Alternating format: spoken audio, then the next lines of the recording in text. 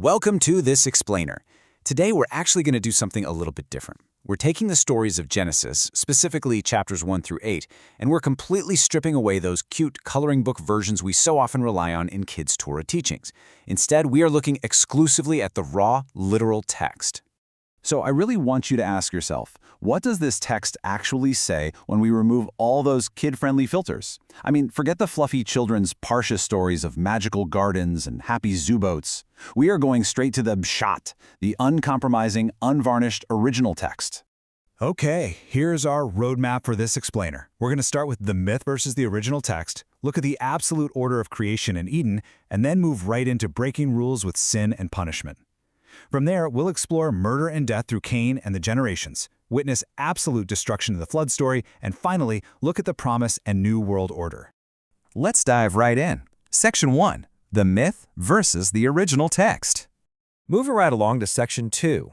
Absolute order, creation, and Eden. When we actually look at Genesis chapter 1, we see right away that the 6 days of creation aren't some whimsical fairy tale. It's a rigid, cosmic blueprint.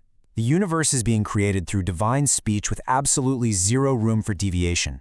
It starts with light and dark, moves methodically to the sky, land, celestial bodies, and animals, culminating on day 6 where humanity is given absolute dominion over all living things. But notice how the narrative shifts the exact moment we move into chapter 2. In chapter 1, male and female are created simultaneously, right? But in chapter 2, the focus narrows dramatically. Man is formed first from the dust of the ground, and the woman is built later from his rib. It is a completely different vantage point of the exact same event. And the text actually gives a specific reason for this second creation, saying it is not good for man to be alone.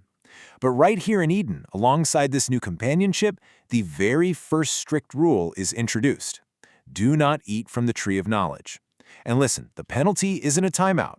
It's an explicit, immediate death sentence. Which brings us to Section 3, breaking rules, sin and punishment.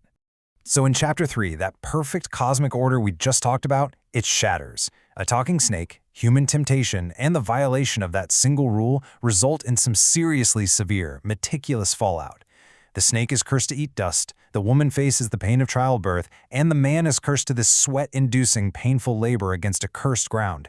And it results in instant expulsion with a terrifying flaming sword placed to guard the tree of life. Again, we are miles away from a gentle bedtime story here. Section 4. Murder and death, Cain and generations.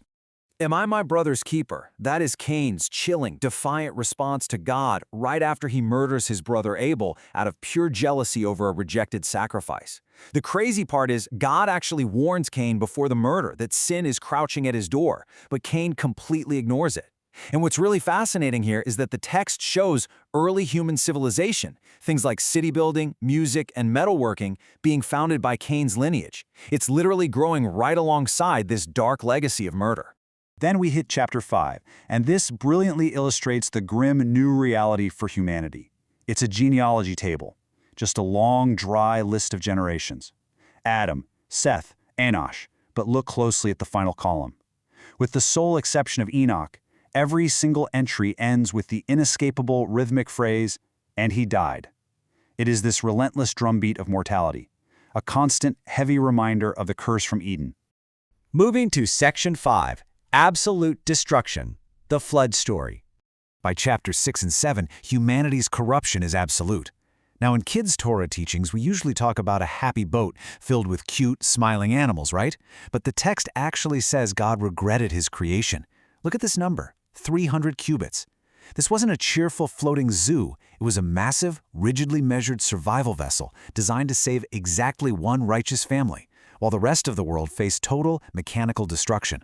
And to put it into perspective, the number 15 is even more terrifying. 15 cubits above the highest mountains. That was the depth of the floodwaters after 40 days and nights of rain. The text is brutally clear about this. Every single thing that lived on the dry land, anything that had the breath of life in its nostrils, died. It's complete annihilation. Finally, Section 6, the promise and new world order. As we enter Chapter 8, the rain finally stops, and it reveals this silent, terrifying aftermath. We witness a methodical recession of the flood. First, the ark rests on Mount Ararat. Then Noah sends out a raven. Later, a dove that finds no rest. Finally, the dove returns with an olive leaf, and the earth dries completely. It's like Noah is literally testing the waters before stepping out into a completely empty, devastated world. But the narrative arc does end with God's promise. After Noah exits the ark, he builds the first altar to sacrifice. God smells the offering and makes a promise in his heart.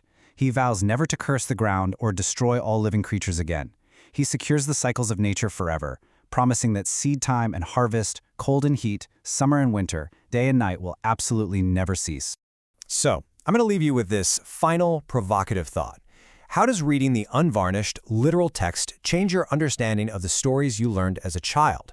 When we finally strip away the cute coloring book versions, the immense gap between those comfortable myths and the raw, intense reality of the text is just staggering. Thanks for joining me on this explainer, and keep exploring the depths behind what you thought you knew.